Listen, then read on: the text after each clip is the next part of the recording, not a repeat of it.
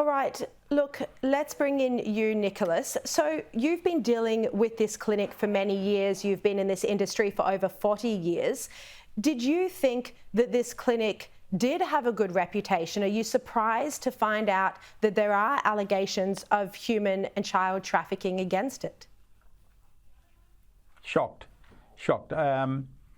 I have sent a lot of patients to Crete, and the success rate has been great. And I've got a couple over there who they are getting visitation rights to see their baby that was delivered just a little while ago, but that's only for 5 minutes. And I've actually written a letter to the team in Crete asking for some compassion here to allow her to at least hold the baby and cuddle it and have skin-to-skin contact, which is so important in the development of any newborn baby.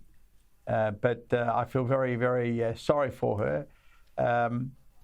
I have directed another patient to another clinic in Crete run by Genesis Athens Clinic for IVF. And so there is an alternative in Crete. And I never knew that this was coming. It just hit all of us out of the blue. And I have patients with embryos over there, with sperm over there. So it is a real problem for a lot of my patients. So we're looking at a situation here. DFAT's involved, the Australian government's involved, the Australian ambassador in Greece has written letters trying to implore the parents to get access to their newborn children. And Nicholas, what's the actual process that needs to happen now for some of your patients and the others that aren't your patients? Because we know that there are European parents who are caught up in this as well. About half the clinic's clients were Australian, so there's a lot of European clients. There's babies who are 5 days old, 10 days old, who haven't been reunited with their biological birth parents or even with the surrogates. So what is the process that needs to happen now? Well, I had an email from a patient of mine over there at the moment, and they're waiting on the DNA studies on her husband to confirm that his sperm was used in the creation of that baby. And once that is confirmed, the district attorney over there has to issue a release document, and then they should be able to get their baby. But that's the process over there at the moment. Should be able to being the key word. This has been dragging on now for at least Correct. A week. That's absolutely. So there's no guarantee that they will get their baby immediately. And I'm not too certain what will happen, although my patient felt confident that, and they've hired lawyers over there, so there's extra expense to help them in this dispute. But I'm confident that once the paternity is established, that they will release the baby. Sam, how many Australian families do you believe have been caught up in this? Look, we've got unfortunately, about 150 families caught up in this, either because they have frozen embryos or sperm in the clinic, they've had embryo transfers that haven't worked and the surrogates have fled, or they're waiting on births to happen in the future. This was a really popular clinic with Australians for both donor IVF and surrogacy, and there's a lot of genetic material for Australians trapped there right now, which we don't know how they're going to get hold of, and we don't know how it's going to take to get access to these babies. It's a terrible situation. And look, in terms of people going overseas for surrogacy, is that because it's too difficult in Australia, or there aren't many surrogate women in Australia? What's the situation?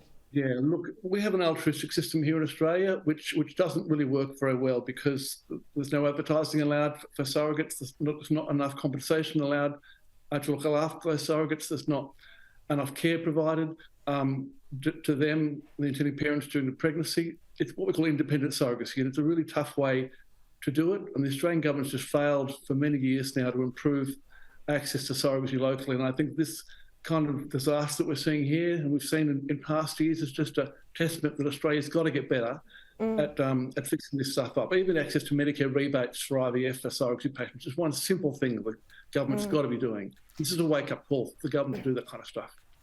Now, we're going to bring in now, gentlemen, one father who's currently in Australia, who's been dealing with the fallout of this catastrophic situation. Rowan and his wife had gone through the Mediterranean fertility clinic to fulfil their dream of becoming parents.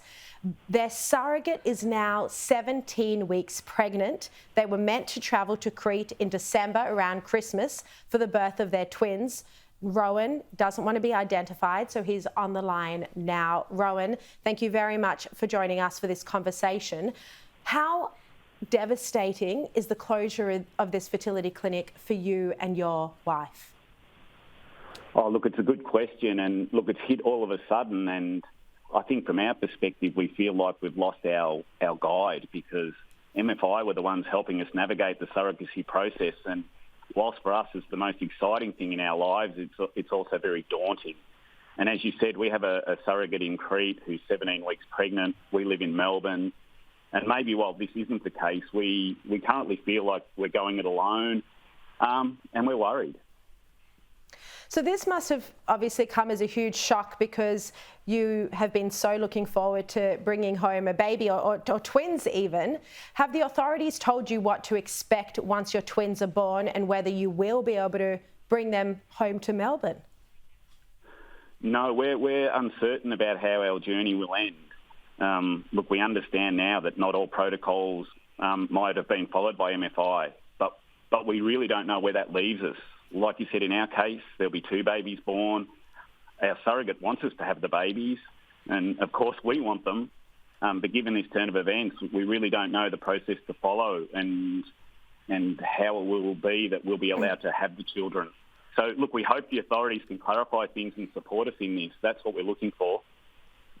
Yeah. All right, Rowan, thank you very much for joining me, and we'll keep in touch. The best of luck with you able to bring your babies, those twins, home. Sam Everingham and Nicholas Lolatgis, I want to thank both of you for your time as well. We'll keep everyone updated on this major international diplomatic scandal. Thank you very much.